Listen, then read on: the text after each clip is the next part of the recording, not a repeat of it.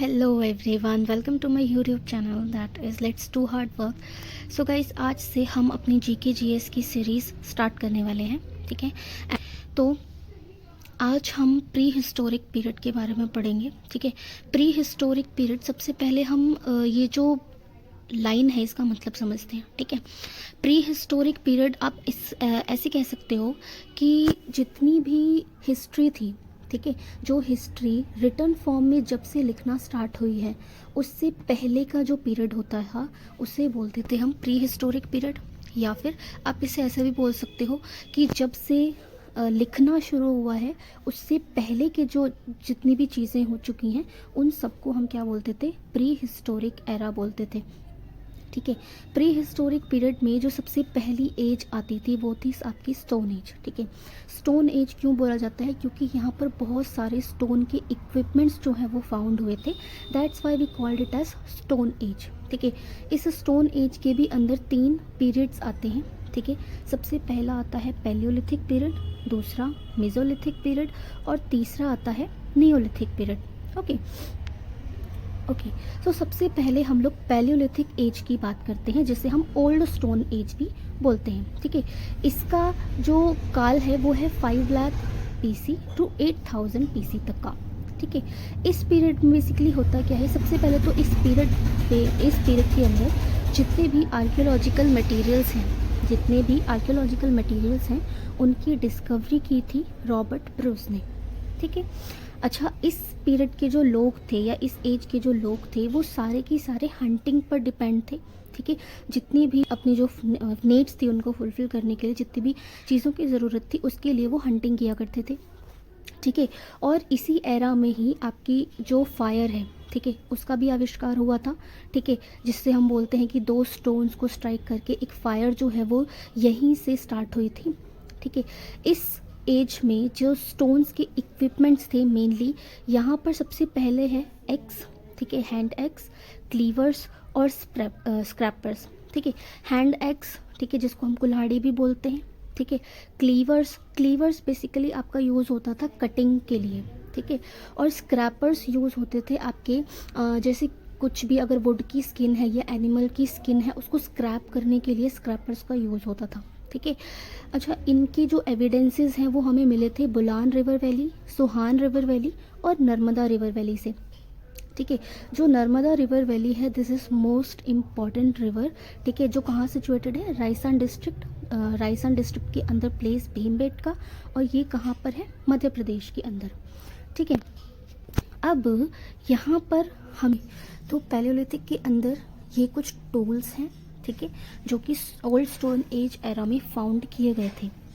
ठीक है, अब हमारे पास नेक्स्ट जो एज आती है वो आती है मेसोलिथिक एज। ठीक है, जिसको हम मिडिल स्टोन एज भी बोलते हैं। ओके, ये जो स्टोन एज है इसका जो पीरियड है वो है 8000 BC टू 4000 BC। ठीक है, और इसके आर्कियोलॉजिकल मटेरियल्स की जो डिस्कवरी है वो जॉन इवांस ने की थी। ठीक है, अब यहाँ पर जितने भी इंस्ट्रूमेंट थे मिडिल स्टोन एज के अंदर, ठीक है, जितने भी इंस्ट्रूमेंट्स थे वो सारे शॉर्टर होने लगे थे, छोटे होने लग गए थे, यानी कि अब बड़े की बजाय वो छोटे इंस्ट्रूमेंट्स का यूज़ करते थे। ठीक है, जिनको हम माइक्रोलिथ है। ठीक है, माइक्रोलिथ है, यहाँ पर पी की जगह एल आएगा। ओके, अब यहाँ पर लोगों ने डोमेस्टिकेशन करना स्टार्ट कर दिया था। ठीक है, अब यहाँ पर हमारे पास मेसोलिथिक की कुछ फेमस साइट्स हैं जो कि बहुत ज़्यादा इम्पॉर्टेंट हैं। ठीक है, सबसे पहला है राजस्थान के अंदर भीलवाड़ा डिस्ट्रिक्ट के अंदर जो प्लेस है वो है भागौर। ओके, इस भागौर के अंदर जो चीज़ें फाउंड हुई हैं वो है सबसे पहला ह्यूमन स्केलेटन, 3 कॉपर एरोज। और राजस्थान जो है वो इसलिए भी फेमस है क्योंकि यहाँ पर सबसे पहला एविडेंस मिला था डोमेस्टिकेशन का। ठीक है, नेक्स्ट है हमारे पास सेकंड साइट है मध्य प्रदेश। ठीक है, मध्य प्रदेश के अंदर होशंगाबाद डिस्ट्रिक्ट के अंदर जो प्लेस है वो है आदमगढ़।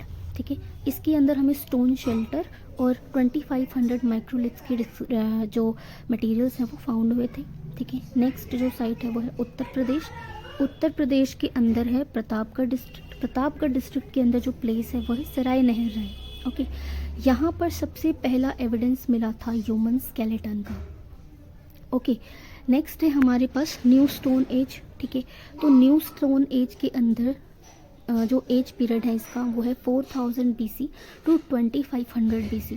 ठीक है, इसके आर्कियोलॉजिकल मटेरियल्स की डिस्कवरी डॉक्टर प्रीमोट्स ने की थी। ओके, और यहाँ पर अब यहाँ पर एग्रीकल्चर जो है वो यहाँ पर स्टार्ट हो चुका है। ठीक है, और सेल्ट जो है वो एज अ टूल यहाँ पर यूज़ किया जाता है। ठीक है, जितने भी जो भी अगर कट करना है हमें या किसी चीज़ को शेप देनी है तो न्योलिथिक पीरियड के अंदर हम सेल्ट नाम के टूल का यहाँ पे यूज़ करते हैं। ओके, अगर मैं आपको दिखाऊं सेल्ट टूल तो ये कुछ इस तरीके का दिखता है। ठीक है, ये कुछ इस तरीके का दिखता है, ये है आपका सेल्ट टूल। ओके, ये सारे हैं सेल्ट टूल।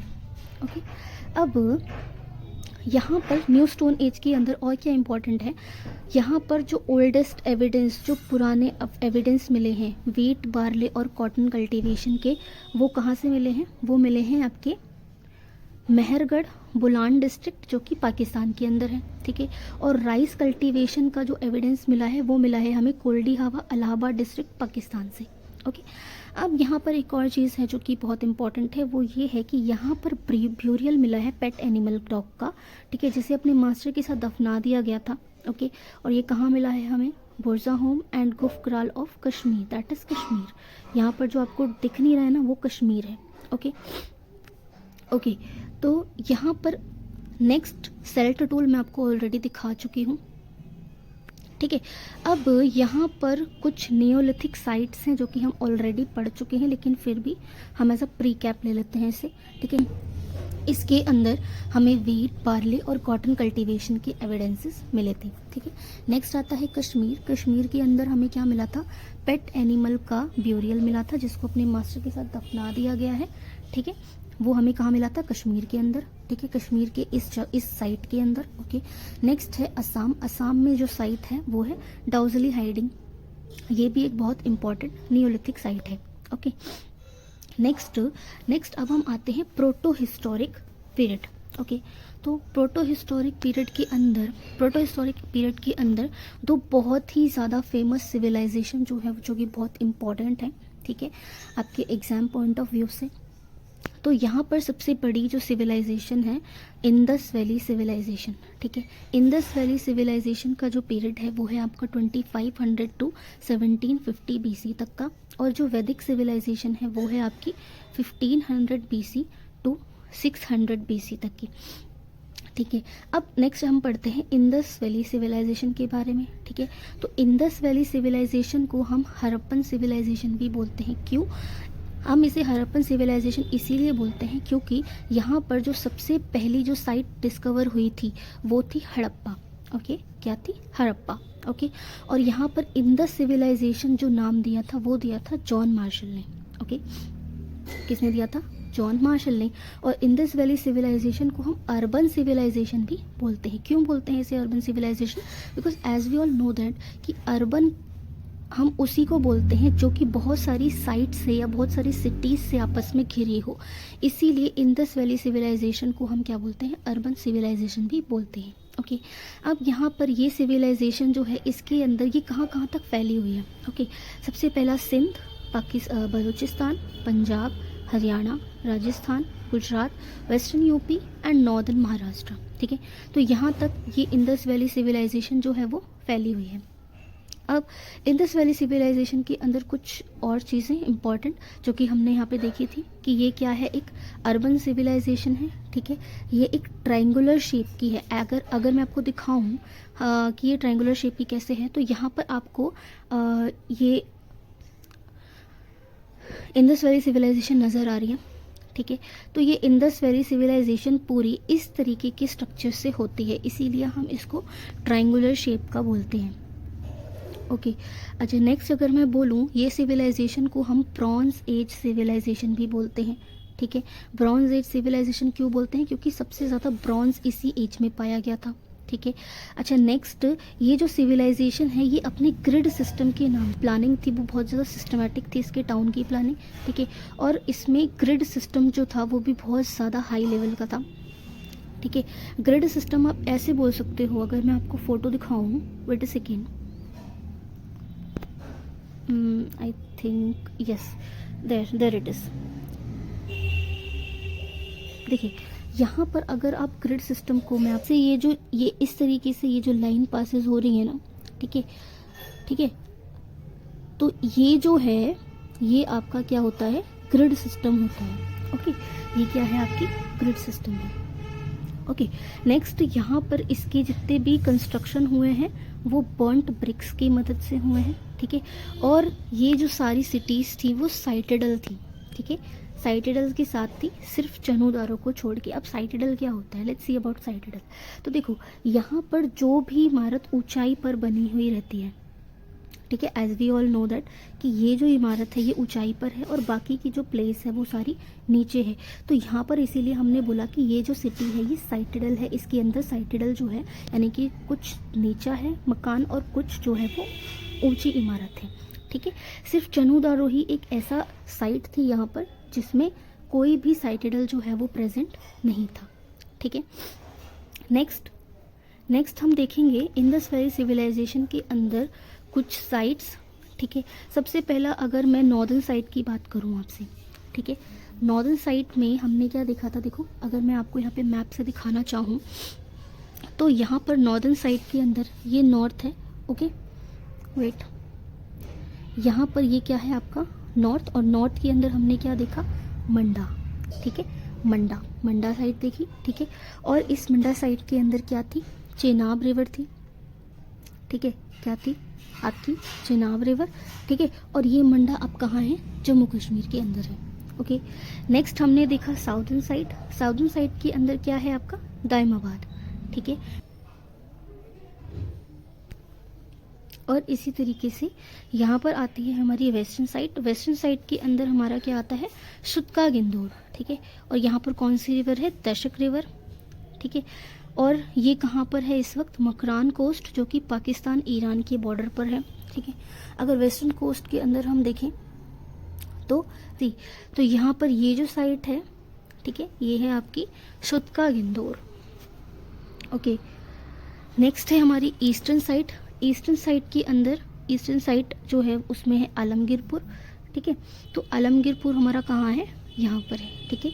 ये हो गई आपकी नॉर्थ, साउथ, ईस्ट, और ये हो गई आपकी वेस्टर्न साइड, ओके।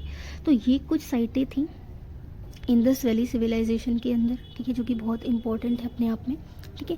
अच्छा, नेक्स्ट हमें कौन कौन सी साइट्स जो हैं वो यहाँ पर देखने को मिली थी। तो सबसे पहले हड़प्पा, मोहनजोदाड़ो, ठीक है, शुत्का गिंदोर, चनूदाड़ो, रंगपुर, रोपार, लोथल, कालीबंगा, आलमगीरपुर, बनावली, धौलावीरा और राखीगढ़ी, ठीक है। अच्छा, हड़प्पा जो है इस वक्त पाकिस्तान के अंदर है, मोहनजोदाड़ो पाकिस्तान के अंदर है, शुत्का गिंदोर पाकिस्तान के अंदर है, चनूदाड़ो पाकिस्तान के अंदर है, रंगपुर इस वक्त गुजरात के अंदर है, रोपार पंजाब के अंदर, लोथल गुजरात, कालीबंगा राजस्थान के अंदर, आलमगीरपुर उत्तर प्रदेश में है, बनावली हरियाणा में है, धौलावीरा गुजरात में, करी जो है वो हरियाणा में है। अगर हम इनकी फाउंडेशन की बात करें, यानी कि इनकी डिस्कवरी कब हुई, किस रिवर पर हुई या किसने करी, ठीक है, अगर ये चीज़ हम देखें तो यहाँ पर देखिए हड़प्पा जो है उसकी डिस्कवरी 1921 में हुई थी, ठीक है, जो कि कहाँ पर है, रावी रिवर के पास है, ठीक है। और इसके इन्वेंटर थे दयाराम साहनी, ओके। नेक्स्ट मोहनजोदाड़ो, इसकी डिस्कवरी 1922 में हुई थी, इंडस रिवर के पास है, और इसकी डिस्कवरी की थी आर.डी. बनर्जी ने, ओके। इसी तरह से शुत्का गिंदोर, ठीक है, 1927, रिवर दशका, और इसके इन्वेंटर थे आर.एल. स्टाइन, ठीक है। तो आपको इसी तरीके से ये सारी की सारी साइट्स जो हैं वो रिमेंबर कर लेनी है, बिकॉज ये साइट्स अपने आप में बहुत ही ज़्यादा इम्पोर्टेंट है, ओके। तो नेक्स्ट हम आते हैं सबसे इम्पोर्टेंट साइट हड़प्पा के बारे में पढ़ते हैं, ठीक है। तो हड़प्पा के अंदर हम क्या क्या चीज़ें देखते हैं, देखिए हड़प्पा, जैसा कि हमने पढ़ा कि इंडस वैली सिविलाइजेशन के अंदर हड़प्पा एक बहुत ही मोस्ट इम्पॉर्टेंट साइट है, ठीक है। इसके अंदर हमें क्या क्या चीज़ें फाउंड हुई थी, तो देखो यहाँ पर सबसे बड़ी बिल्डिंग हमें हड़प्पा के अंदर मिली थी, ठीक है, 12 रूम ग्रेवयार्ड थी। अच्छा, ग्रेवयार्ड का मतलब होता है कि जिसमें हम डेड पीपल्स को, ठीक है, जिसमें हम क्या कर दें, दफना दिया जाता है, उसको बोलते हैं ग्रेवयार्ड, ओके। यहाँ पर नेक्स्ट है मेन क्रॉप जो यहाँ पर फाउंड हुई है वो है वीट और बार्ले, ओके। अच्छा, अगर मैं आपको ग्रेवयार्ड दिखाऊं अगर मैं आपको ग्रेवयार्ड दिखाऊं तो ये कुछ इस तरीके का दिखता है, ठीक है।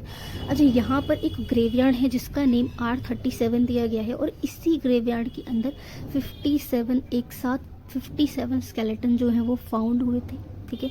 यहाँ पर स्टैचू जो है वो फर्टिलिटी की गॉडेस का फाउंड हुआ था। यहाँ पर एक बुल फाउंड हुई थी, ठीक है, जो कि सील की बनी हुई थी, ठीक है, अगर आप इसमें देख पा रहे हो फोटो में, ठीक है।